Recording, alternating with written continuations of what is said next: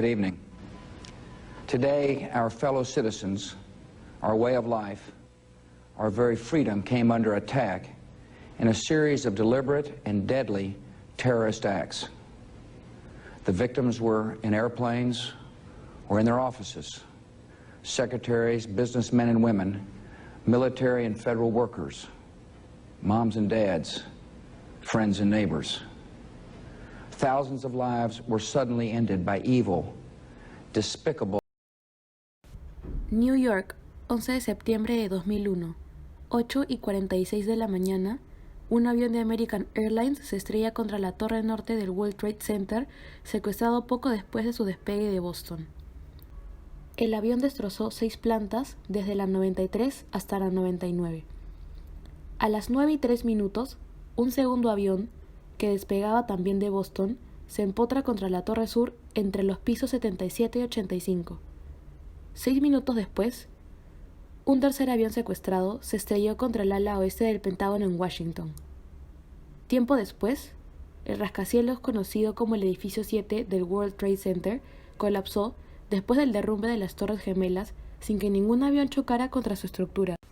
En 102 minutos, murieron 3.016 personas, entre ellas 19 terroristas. Además, hubieron 24 desaparecidos y más de 6.000 heridos. Pero, ¿por qué se desplomaron las torres? El fuego nunca ha provocado, antes o después del 11 de septiembre, el colapso total de un edificio con estructura de acero. Según un estudio publicado por la Sociedad Física, esto fue una demolición controlada. Teniendo en cuenta esto, muchas personas que sobrevivieron al atentado del World Trade Center reportaron haber escuchado la detonación de bombas antes de que los aviones impactaran contra las torres. Ladies that are with me were in the World Trade Center in the first building and escaped through the lobby where they report they believe there was a bomb in the lobby. And as we were coming out, we passed the lobby. There was no lobby. So I believe the bomb hit the lobby first. Bomb in the building, start clearing out. Bomb in the building, start clearing out.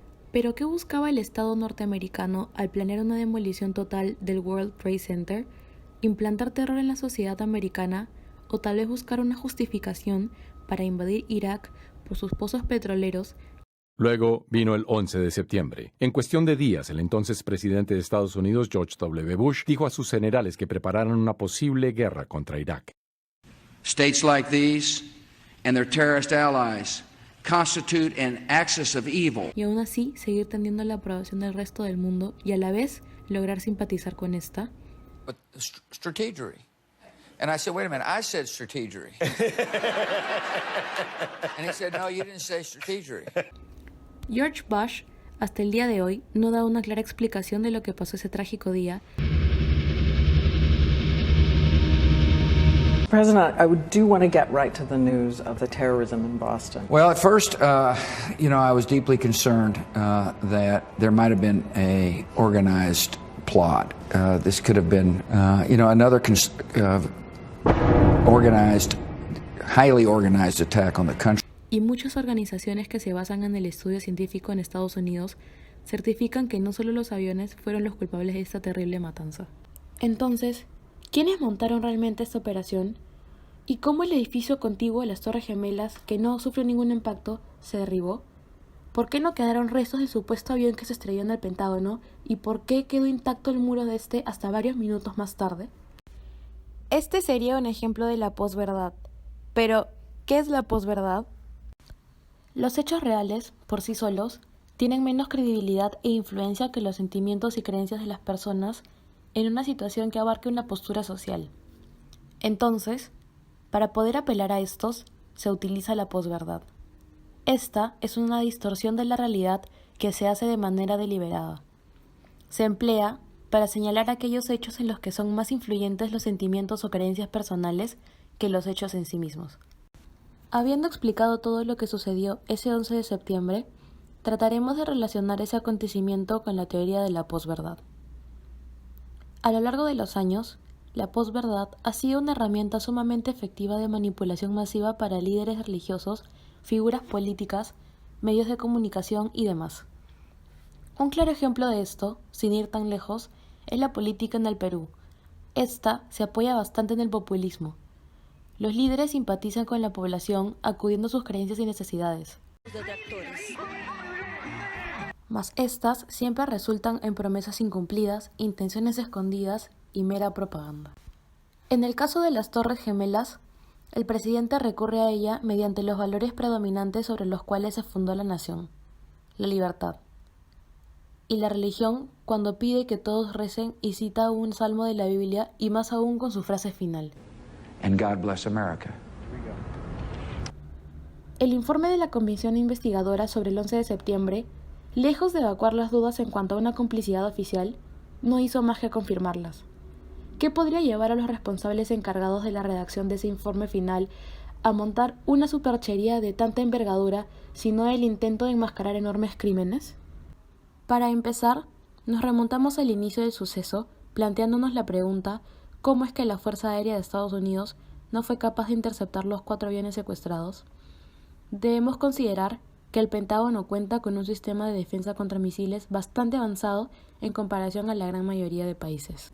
Este es el escudo antimisiles ABM, del inglés Anti-Ballistic Missiles. Es un programa militar que la administración de George Bush implementó desde su llegada al despacho Oval en el año 2000. Este sistema está diseñado para interceptar misiles enemigos antes de que lleguen a su destino. ¿Cómo es posible entonces que un avión comercial que venía a más de 800 km por hora dé un giro violento y vuela a menos de 1,5 km del suelo durante más de 1 minuto? Luego, tenemos el hecho del colapso de las torres.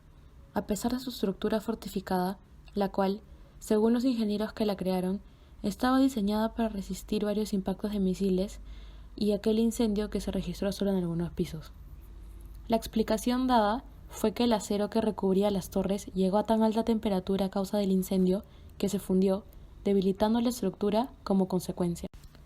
Hay que tener en cuenta que el acero presenta frecuentemente temperaturas de fusión de alrededor de 1375 grados Celsius y en general la temperatura necesaria para la fusión aumenta a medida que se aumenta el porcentaje de carbono y de otros aleantes. Antes de que las torres se derrumbaran, se pudo ver a trabajadores saliendo por las ventanas para pedir ayuda. Si la explicación ya mencionada fuera verídica, ¿cómo había sido esto posible?